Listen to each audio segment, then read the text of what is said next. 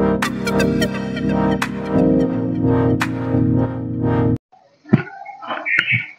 students, আশা কৰো সকলোৱে ভালে আছা। তোমালোকে থাম্বনেইলটো দেখি গম পালাই চাগে কেইটামান তোমালোকৰ কাৰণে ভাল খবৰ নে বেয়া খবৰ মই বিশেষকৈ নাজানো, কিন্তু কেইটামান যোনটো ৰিয়েল ফেক্ট সেইটো ইনফৰমেশ্যন লৈ পেলাই আহিছো। আৰু লগতে যেটো 12 তোমালোকে পৰীক্ষা দিলা already, that is your truth। বেয়া হল, ভাল হল, বহুত ভাল হল, বহুত বেয়া হল, হেতুটো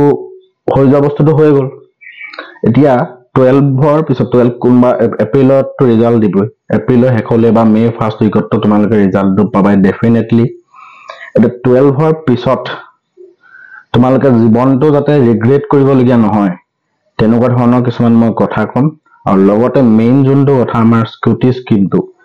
আমাৰ মাননীয় মুখ্যমন্ত্ৰী ডাঙৰীয়া যোনটো স্কুটি স্কিম আৰম্ভ কৰিছিলে ছোৱালী সকলক লৈ, এতিয়া বৰ্তমান ল'ৰা সকলকো সেই স্কিমটোৰ জৰিয়তে স্কুটি প্ৰদান কৰা হৈছে। গতিকে সেই স্কুটি স্কিমটো তোমালোকে ভালকে মন কৰাচোন, ক্ৰনলজিটো বা স্কুটি স্কিমটোৰ কথা কম। এতিয়া চোৱা, এটা কথা এটা কৈছো তোমালোকে যোনটো ৰিয়েল ফেক্ট, ঠিক আছে। 12ত সায়েন্স, আৰ্টছ আৰু কমাৰ্চ তিনিটা ষ্ট্ৰীমৰ ষ্টুডেন্ট সকলৰ কাৰণে এই ভিডিঅ'টো ইম্পৰ্টেন্ট। ক্লাছ 10 পাছ কৰিলা যেনিবা, সাপোজ তোমালোকে ক্লাছ 10ত ভাল পাৰ্চেন্টেজ লৈ পেলাই তোমালোকে ক্লাছ 10 পাছ কৰিছিলা 90%, 95%, কোনোবাই 60%, কোনোবাই 50%, কোনোবাই 70, 80, এনিথিং। মাৰ্কশ্বিটৰ যোনটো মাৰ্কছ আছে সেইটোৰ ওপৰত বেছ কৰি পেলাই ঘৰৰ প্ৰেছাৰে হওক বা নিজৰ ইচ্ছাই হওক তোমালোকে নিজৰ এটা ষ্ট্ৰীম সিলেক্ট কৰিলা। ফৰ এক্সাম্পল ধৰি লোৱা তুমি সায়েন্সত ভাল, মেথছতো ভাল, সায়েন্সলৈ গলা। মেথছত ভাল বাট সায়েন্সত বেয়া, কমাৰ্চলৈ গলা। হিউমেনিটিজ সাবজেক্ট বিলাকত ভাল, লাইক SST, লেংগুৱেজ সাবজেক্ট বিলাকত ভাল, তোমালোকে হিউমেনিটিজ বা আৰ্টছলৈ গলা। কিন্তু যেতিয়া তোমালোকে ক্লাছ 11ত ভৰি দিয়াৰ লগে লগে তোমালোকে দেখিলা যে যি ভাবি আছিলো ৰিয়েলিটিত, এক্সপেক্টেশন মোৰ যি আছিলে ৰিয়েলিটিত কমপ্লিটলি ডিফাৰেণ্ট হ'ল। কিন্তু 12ত তোমালোকে 10 পাছ কৰিতো 11 পঢ়িলা, 11 পঢ়ি 12 দিলা, 12 বোৰ্ড দিলা, ঠিক আছে। এটা তোমালোকৰ 2 বছৰৰ জাৰ্নি এটা তোমালোকৰ কি হ'ল, আলটিমেটলি কমপ্লিট হ'ল। ভালকেই হওক বা বেয়াকেই হওক 10 পাছ কৰাৰ পিছত তোমালোকে যি ষ্ট্ৰীমে সিলেক্ট কৰিলা, লাগে ঘৰৰ প্ৰেছাৰে হওক বা নিজৰ ইচ্ছাই হওক বা যি মটিভ লৈ পেলাই তোমালোকে ক্লাছ 11ত তোমালোকে আহিছিলা, সায়েন্সতে হওক বা আৰ্টছতে হওক বা কমাৰ্চতে হওক, যিটো এইম লৈ পেলাই তোমালোকে সোমাইছিলা, তোমালোকৰ কি হ'ল তেনেকুৱা ভবা মতেই হ'ল বা তেনেকুৱা যি ভাবিছিলা সেইটো নহবও পাৰে। তোমালোকে ভাবিছিলা যে মই ক্লাছ 11ত ফৰ এক্সাম্পল সায়েন্সত ললা, মই সায়েন্সত যি ভাবিছিলো যেনেদৰে আগবাঢ়িম বুলি ভাবিছিলো ধৰা তেনেকে নহল। তোমালোকে ভবাতকে বেলেগ ধৰণৰ কিবা এটা হ'ল বা তোমালোকে ভবা ধৰণেই হ'ল, তোমালোকে ভবাতকৈও বেলেগ কিবা ধৰণেই হ'ল। আলটিমেটলি তোমালোকে ভালে বেয়াই হাঁহি কান্দোনৰ জৰিয়তে তোমালোকে কি কৰিলা, 12টো কমপ্লিট কৰিলা। এক্সামটো ৰিজাল্ট দিব, ৰিজাল্ট দিয়াৰ পিছত এতিয়া তোমালোকে যাতে ৰিগ্ৰেট হ'বলগীয়া নহয় তেনেকুৱা কিছুমান মই কথা ক'বলৈ যাম। 12ৰ পিছত ধৰি লোৱা এনেকুৱা ধৰণৰ ষ্টুডেন্ট থাকিব পাৰে যিয়ে কি কৰিব লাগে লাইফত একোৱে নাজানে, ঠিক আছে। কি কৰিম মই আগলে একোৱে নাজানে, একো ধৰিবই পৰা নাই, মই কি সিলেক্ট কৰিম, মই ষ্ট্ৰীম কি সিলেক্ট কৰিম, মই আগলে কি কৰিম, মই ষ্ট্ৰীম মানে ধৰা তুমি বিটেক কৰিম নে মেডিকেল কৰিম নে জেনেৰেল কোৰ্স কৰিম নে জব কৰিম নে এভৰিথিং কোনো ধৰণৰ আইডিয়াই নাই। তেনেকুৱা ষ্টুডেন্ট সকলে কি কৰিবা, যিয়ে নহওক আলটিমেটলি তুমি কিবা নহয় কিবা কৰি হলেও কোনবা ধৰি লোৱা তুমি ভবা মতে একোৱে নহল, তুমি সাপোজ ধৰি লোৱা ফৰ এক্সাম্পল তুমি কিবা কিবি ভাবি আছিলা, 12ৰ পিছত কোনো আইডিয়া নাপালা, আলটিমেটলি গৈ তুমি ওচৰৰ কলেজ এখনতে সাপোজ কি কৰিবলগীয়া হ'ল, ডিগ্ৰী কৰিবলৈ লগীয়া হ'ল, ঠিক আছে। মই ফেক্টটো কৈছো, ৰিয়েল ফেক্ট যোনটো হয় এইটো কোনো আইডিয়েল কথা নহয়, যোনটো প্ৰকৃততে ডে টু ডে লাইফত মানুহৰ লগত ষ্টুডেন্টৰ লগত হৈ থাকে সেই ঘটনাটো কৈছো। আৰু ৰিয়েলিটিটো একচেপ্ট কৰাটো ইমান সহজ নহয়। সচ হমেশা কৰৱা হতা হে বুলি এটা কথা আছে নহয়, ঠিক তেনেকে কথাটো তেনেকুৱাই। ৰিয়েলিটিটো মানুহে সাধাৰণতে একচেপ্ট কৰিব নোৱাৰে। মিছা কিছুমান কথা, হাইপথেটিকেল কিছুমান কথা মানুহে একচেপ্ট কৰিব পাৰে, কিন্তু ৰিয়েলিটিটো একচেপ্ট কৰিব মানুহে সাধাৰণতে নোৱাৰে। ফৰ এক্সাম্পল তুমি আৰ্টছতে হওক বা সায়েন্সতে হওক বা কমাৰ্চতে হওক, যি বেকগ্ৰাউণ্ডতে তুমি 12 দিলা, আলটিমেটলি 12 তুমি পাবা, 12 ৰিজাল্ট পাবা। ৰিজাল্ট পোৱাৰ পিছত তুমি যিকোনো কলেজ হওক, জেনেৰেল তুমি বিটেক কৰিলা, ঠিক আছে। ধৰি লোৱা তুমি বিটেক কৰিবলৈ ইচ্ছা সাপোজ, ঠিক আছে। বিটেক কৰিলা, তুমি যেনিবা ভাবিছা মই JEE মেইনছ এডভান্স দি পেলাই IIT যাম বা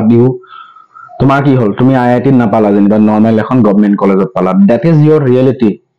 তোমাৰ সেইটোৱে সত্য তুমি তোমাৰ হাতত যোনখন কলেজ আছে ঠিক আছে হাতত যোনখন কলেজ আছে সেইখনে তোমাৰ সত্য হয় তুমি যেনিবা নৰ্মেল ডিগ্ৰী কলেজ তুমি ভাবিছা মই এখন ডাঙৰ ইউনিভাৰ্চিটিত মই পঢ়িম ভালকে মই গ্ৰেজুৱেশ্যনটো কমপ্লিট কৰিম বাট কিবা কাৰণত ধৰি লোৱা তোমাৰ এন্ট্ৰেন্সটো ঠিক নহল অকমান পাৰ্চেন্টেজৰ ক্ৰাইটেৰিয়াৰ ওপৰত বেছ কৰি পেলাই তুমি ৰিজাল্টটো 12ৰ ৰিজাল্ট যি ভাবিছিলা সেই ভবা ধৰণে নহয় পেলাই অকমান ল' হৈ গ'ল বাট তুমি এখন কলেজ ওচৰৰ কলেজ এখনে পালা দ্যাট ইজ ইয়ৰ ৰিয়েলিটি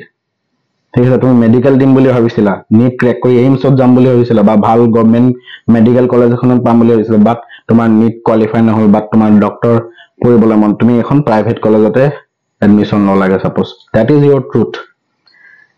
এতিয়া যিকোনো প্ৰকাৰে ধৰি লোৱা তুমি এইম তোমাৰ কিবা এইম থাকক বা নাথাকক তুমিতো 12 পাছ কৰিলা যেতিয়া 12ৰ পিছত কিবা নহয় কিবা এটাটো কৰিবা সাপোজ মই জবৰ কথা কোৱা নাই এতিয়া 12ৰ পিছত ক'বাত নহয় ক'বাত তুমি এনৰোল হ'বা লাগে নৰ্মেল ডিগ্ৰী কলেজ যত যোৱা টেকনিক্যাল কোৰ্সত যোৱা পলিটেকনিক কৰা আইটিআই কৰা প্ৰাইভেট কলেজত তুমি মেডিকেল কৰা প্ৰাইভেট কলেজত তুমি ইঞ্জিনিয়াৰিং কৰা দ্যাট ইজ ইয়ৰ ট্ৰুথ এতিয়া এই ডিগ্ৰী পাছ কৰা যেতিয়া তুমি হাই সেকেন্ডাৰী পাছ কৰি পেলাই ডিগ্ৰী কৰিবা ডিগ্ৰী কৰা তুমি 4 বছৰ মান যেতিয়া যাব ঠিক আছে হাই সেকেন্ডাৰী পাছ কৰাৰ পিছত 4 বছৰ যেতিয়া তোমাৰ যাব 4-5 বছৰ তেতিয়া 4-5 বছৰ পিছত তুমি সেই 12 যে পাছ কৰিছিলা 12ৰ যে মাৰ্কশিটখন তোমালোকে চাই পেলাই যে কান্দিছিলা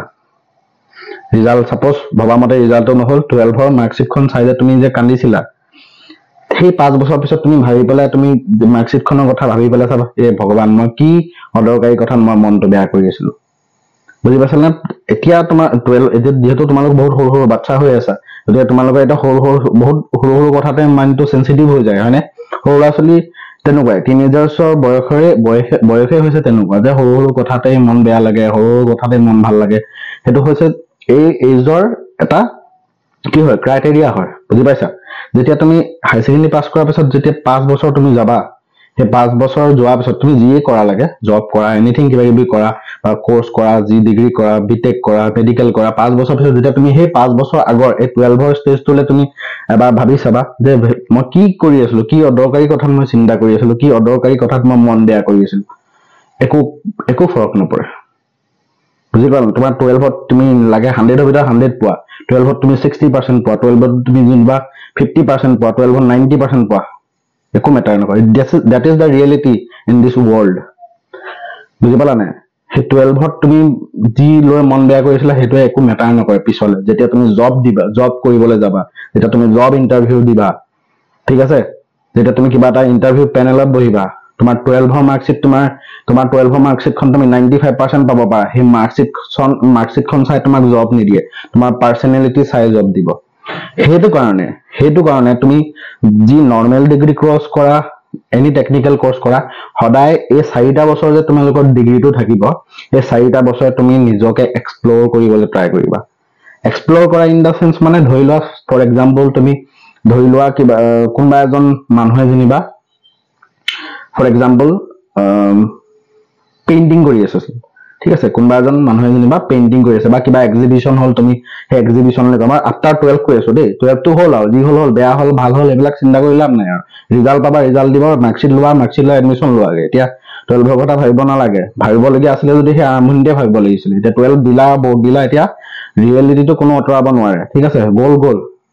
এতিয়া 12ৰ পিছৰ কথা কৈ আছো 12ৰ পিছত তুমি কি কৰিলা সাপোজ যেনিবা তুমি সেই 4 বছৰ তুমি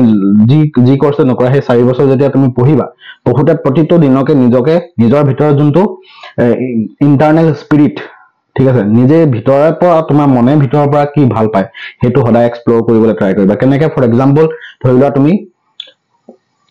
কোনবা এজন মানুহে যেনিবা পেইন্টিং কৰি আছে কিছুমান ঠিক আছে ধৰি লোৱা ল্যান্ডস্কেপ পেইন্টিং কৰি আছে ফৰ এক্সাম্পল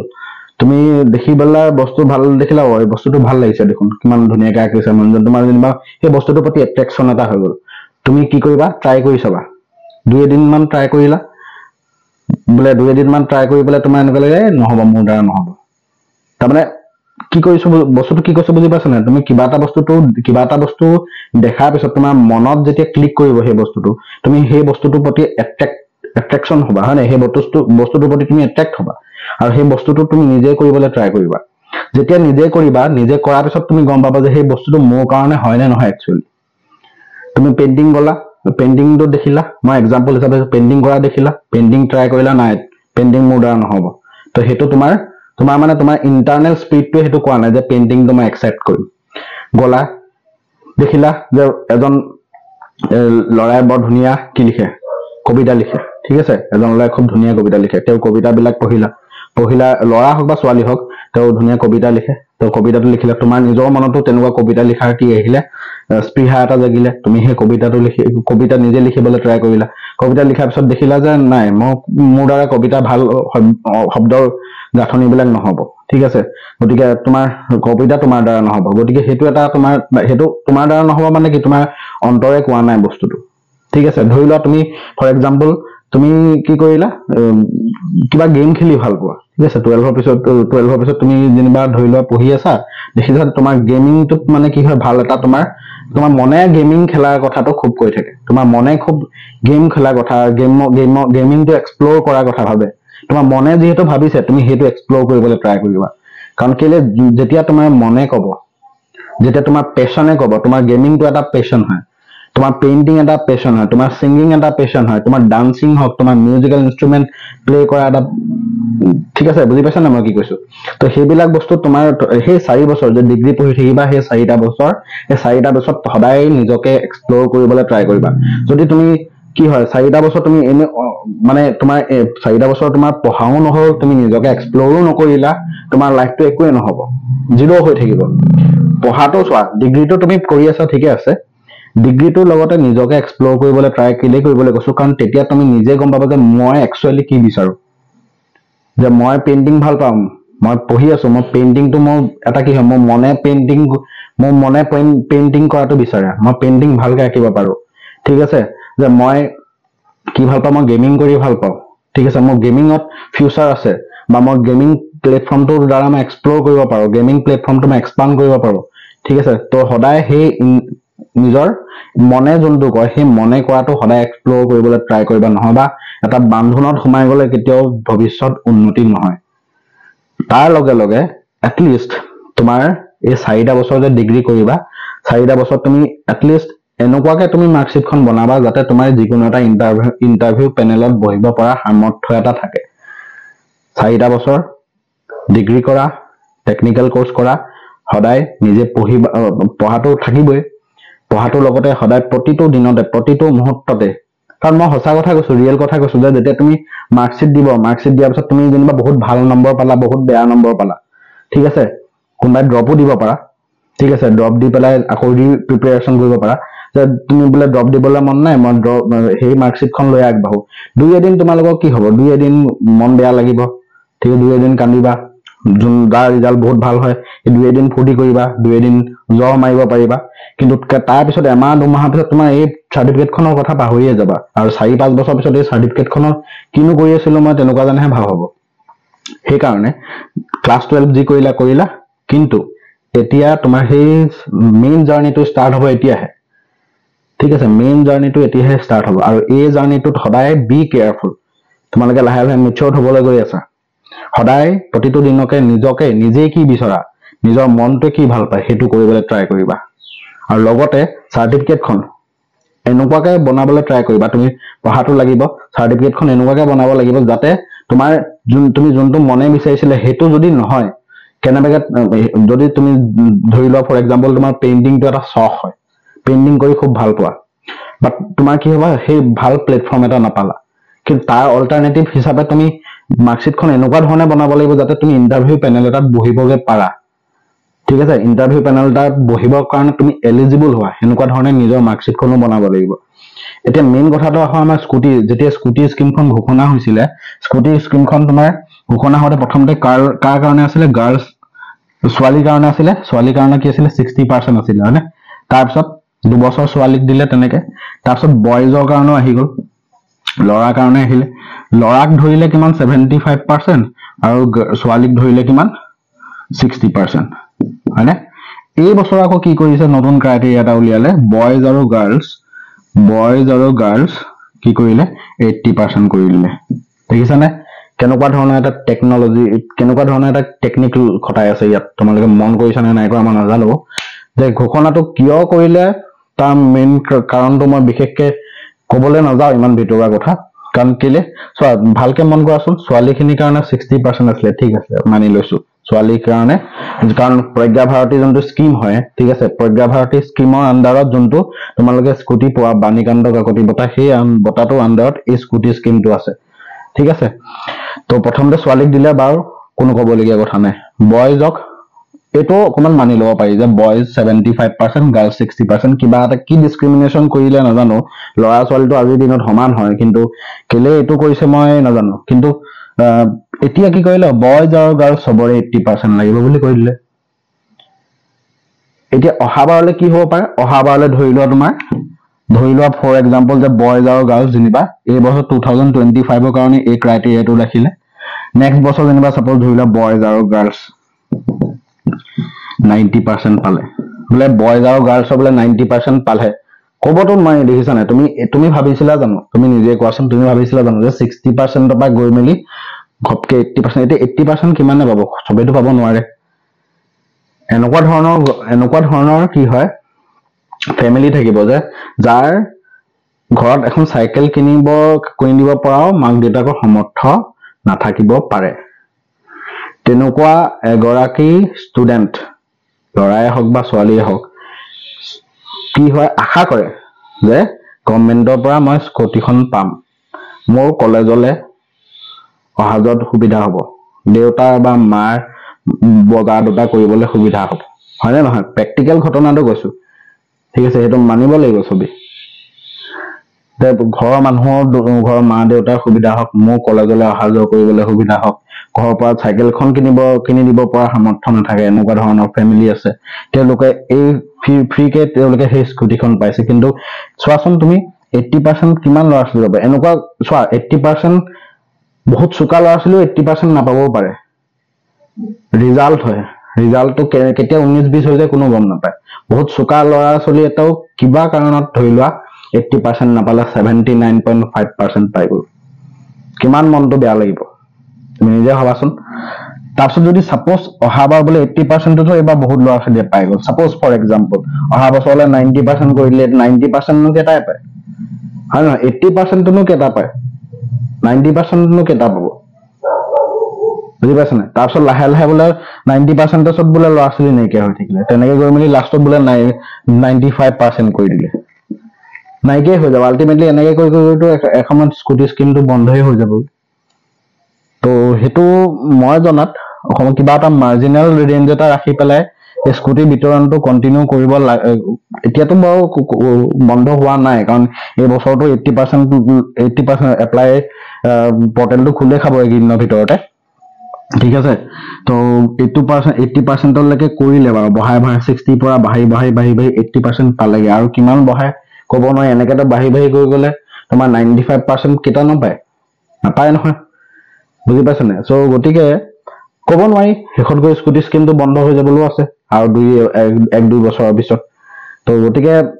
হয়তো তাৰ সলনি কিবা বেলেগ এটা নতুন প্লেন কৰি আছে চাগে আমাৰ অসম চৰকাৰে। গতিকে সেইটো ডেফিনেটলি তোমালোকক ক'বই, যিহেতু আমাৰ CM ছাৰে সকলোৱে ভালেই চিন্তা কৰে, ষ্টুডেণ্টৰ বিশেষকৈ ভালেই চিন্তা কৰে। গতিকে তেওঁলোকে চাগে ইয়াৰ সলনি কিবা বেলেগ দিয়াৰ ব্যৱস্থা কৰিব। এতিয়ালৈকে বন্ধ হোৱা নাই স্কুটি স্কিমটো দেই, স্কুটি স্কিমটো বন্ধ হোৱা নাই, খালি পাৰ্চেণ্টেজৰ যোনটো ৰেঞ্জ সেইটোহে বাঢ়ি গৈ আছে, 60, 75 এণ্ড দেন 80 হৈছেগে। তো বাৰু একো নাই, তোমালোকে এই স্কুটি যিসকল ছাত্ৰ ছাত্ৰী এলিজিবল হোৱা, ৰিজাল্টৰ পিছত গম পাবাই, এপ্লাই কৰিবা, ঠিক আছে। সকলোৰে যাতে 80% আহক সেইটোৱে কামনা কৰিছো, সকলোৰে যাতে ৰিজাল্টটো ভাল হওক। আৰু মই ক'লো নহয় কেইটামান কথা, যোনটো কথাই তোমালোকক ৰিগ্ৰেট কেতিয়াও কৰিব নোৱাৰে, সেইটো কাম কৰিবা, ঠিক আছে। 2টা বছৰ তোমালোকে নষ্ট কৰিলা নে 2টা বছৰ তোমালোকে দিলা